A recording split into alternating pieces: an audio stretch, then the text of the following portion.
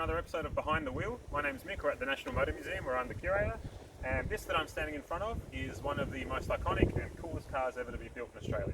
It's a 1976 HX Holden Sandman. Now the Sandman was built by Holden in the early to mid 70s, all the way through to the HZ model, which is one after this.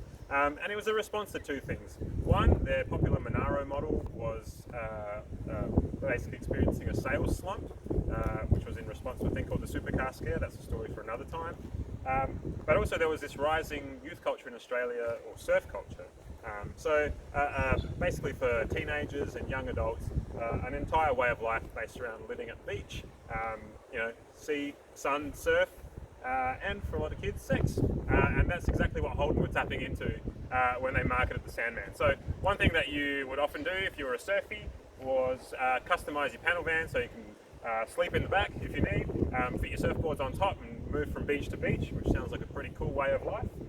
And Holden realised that they could produce a ready-made custom basically. So what they did with this one, for example, is they took what was effectively a stock HX panel van and they added a few cool features. Bright colours, cool Sandman graphics, decals down the side. The front looks very much like the GTS Monaro, so it had that real sporty feel. Also has GTS wheels, and when we have a look inside, the dashboard and steering wheel were also out of a GTS, and the engines were quite powerful. It was a 5-litre V8 you had control of, which as a young kid was probably more power than you needed, but it was certainly very appealing. They were expensive, and I think at the time they cost something like $5,000, which was a lot of money in the 1970s. So a lot of kids had to wait until maybe it had passed through a few sets of hands until they could get a second-hand one. We actually happened to have someone at the National Motor Museum who is one of those lucky, I think he was 20 when he bought one, so let's go have a chat to Mark, who's our Facilities and Grounds Manager. Right, so here's Mark. Mark, you had a Sandman when you were 20 years old?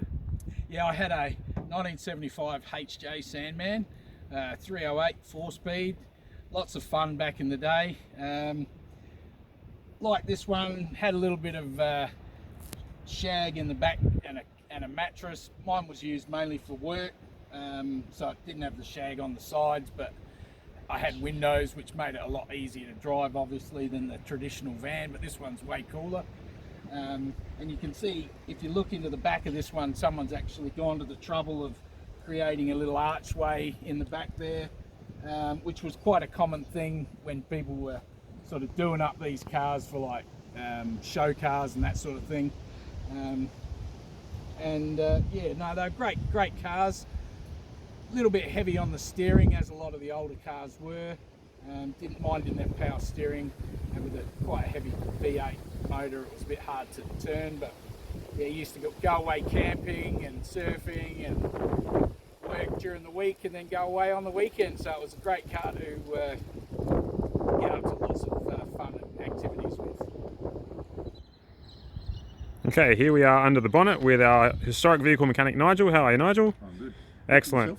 Yeah, I'm great. Oh, look, and I said earlier it was a 5-litre V8. That's not the one that's in this car. There are actually two V8 engines that Holden had as optionals at the time. So the 4.2-litre or 253 was the smaller of the two.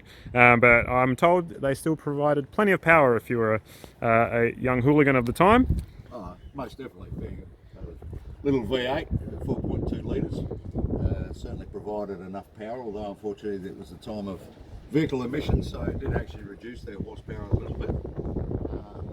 This particular one originally did have a gas conversion put on it, but we've had to remove the gas conversion due to the fact of storage. So she's back to how she was originally. She still needs a fair bit of work. We've got a bit of work to do on the cooling system, and she's also in need of a really good tune-up and of some brakes, and she's also got a little bit of a problem with the steering column as well. So overall she's in pretty good condition. She just needs a little bit of tender loving care, and we'll be able to provide that for it in the near future, hopefully. Plenty for you to work on. Shall we just quickly see how it drives at the minute? I think we should give it a little bit of a squirt, I think. Sounds great.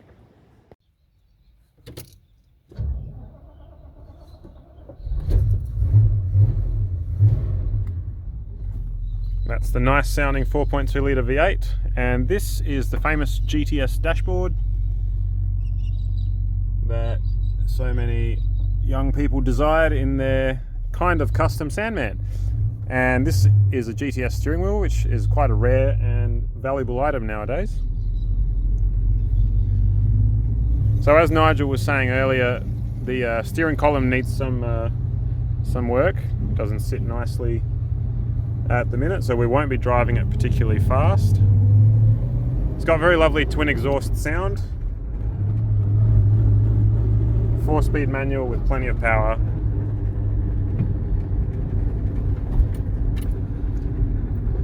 And it's just a real nice cruiser. So Nigel, what's next on the list of work to do? Well, we've got to do the steering column on it so we can make it safe to drive. The brakes need attention on it because they're a minimum thickness cooling system. And a good tune up and an oil and filter change, and change all the other fluid levels in it, and that should hopefully see it just about back to a prime, I'd say. That'll be lovely, but for now I hope you've enjoyed seeing the 1976 HX Sandman in action.